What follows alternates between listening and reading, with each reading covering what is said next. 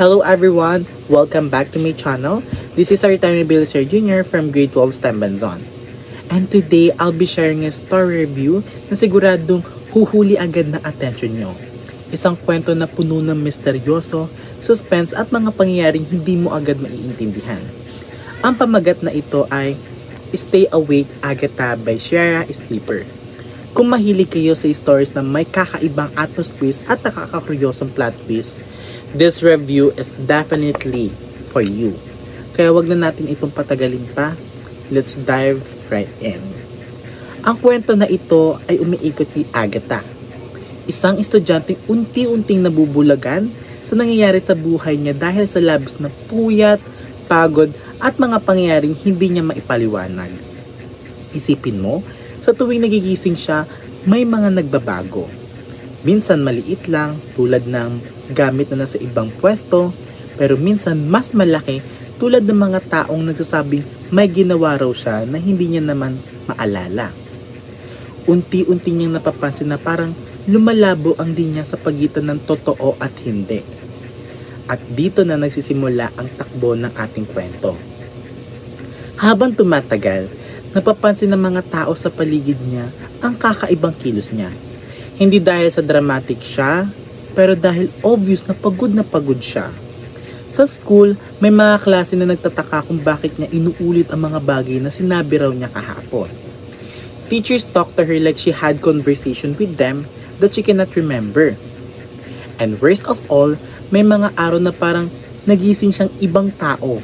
Para bang may mga parte ng buhay niya na hindi niya na saksihan pero nangyari habang tulog siya. May mga gabing humaharap siya sa salamin trying to understand kung bakit parang hindi na siya yung dati. Because she looks tired, confused, and scared. Not in a graphic or extreme way, pero sapat para maintindihan mo na may pinapasan siyang mabigat. Then one night, may natuklasan siyang mga notes at reminders na siya mismo ang sumulat. Pero hindi niya maalalang siya ang gumawa ng mga ito. Dito nabuo ang malalaking tanong sa isip niya. Ano nga ba yung nangyayari sa akin tuwing natutulog ako? At dahil dito, napilitan siyang pilitin ang sarili na manatiling gising. Hindi dahil gusto niya, kundi dahil natatakot siya sa susunod na maaaring mangyaring masama sa kanya. But as the story goes on, mas lumilinaw na hindi lamang ito tungkol sa physical exhausted or pagod. Ito ay tungkol sa takot na tumatakbo sa isip niya, mga bagay na hindi pa niya kayang harapin at pressure na matagal nang nakaipon sa loob niya. While she tries to keep everything together, everything else feels like it's falling apart. Pero ang maganda sa kwento na ito ay kahit sobrang bigat ng pinagdadaanan niya, hindi siya binitawan ng hope. Little by little, she starts facing what she's afraid of.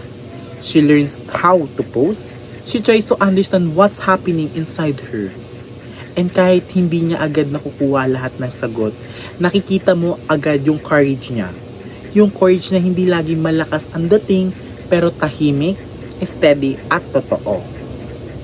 Kaya habang sinusundan natin ang journey niya, mas mapapansin mo na ang tunay na laban niya ay hindi sa ibang tao.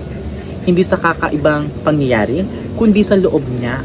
At dito nagiging relatable ang kwento kasi lahat tayo may mga bagay na hindi natin kayang sabihin. Mga takot na tinatago at mga pangyayaring hindi natin alam kung paano haharapin. Ang pinakamalakas na aral na nakuha ko dito sa librong ito, hindi mo kailangan pahirapan ang sarili mo para lang masabing kinaya mo. Hindi sukatan ng lakas ang pagtiis ng mag-isa. Minsan, ang tunay na tapang ay marunong huminto, magpahinga at humingi ng tulong. Hindi ka mahina kapag napagod ka.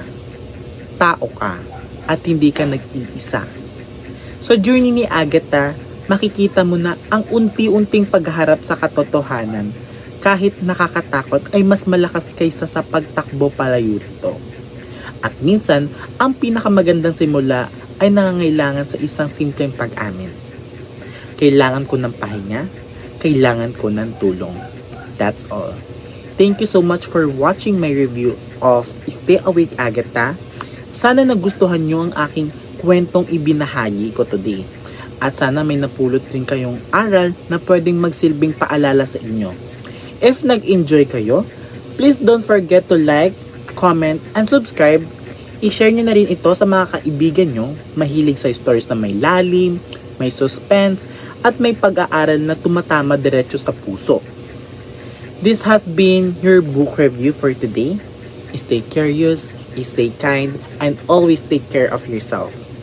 See you on my next video. Goodbye!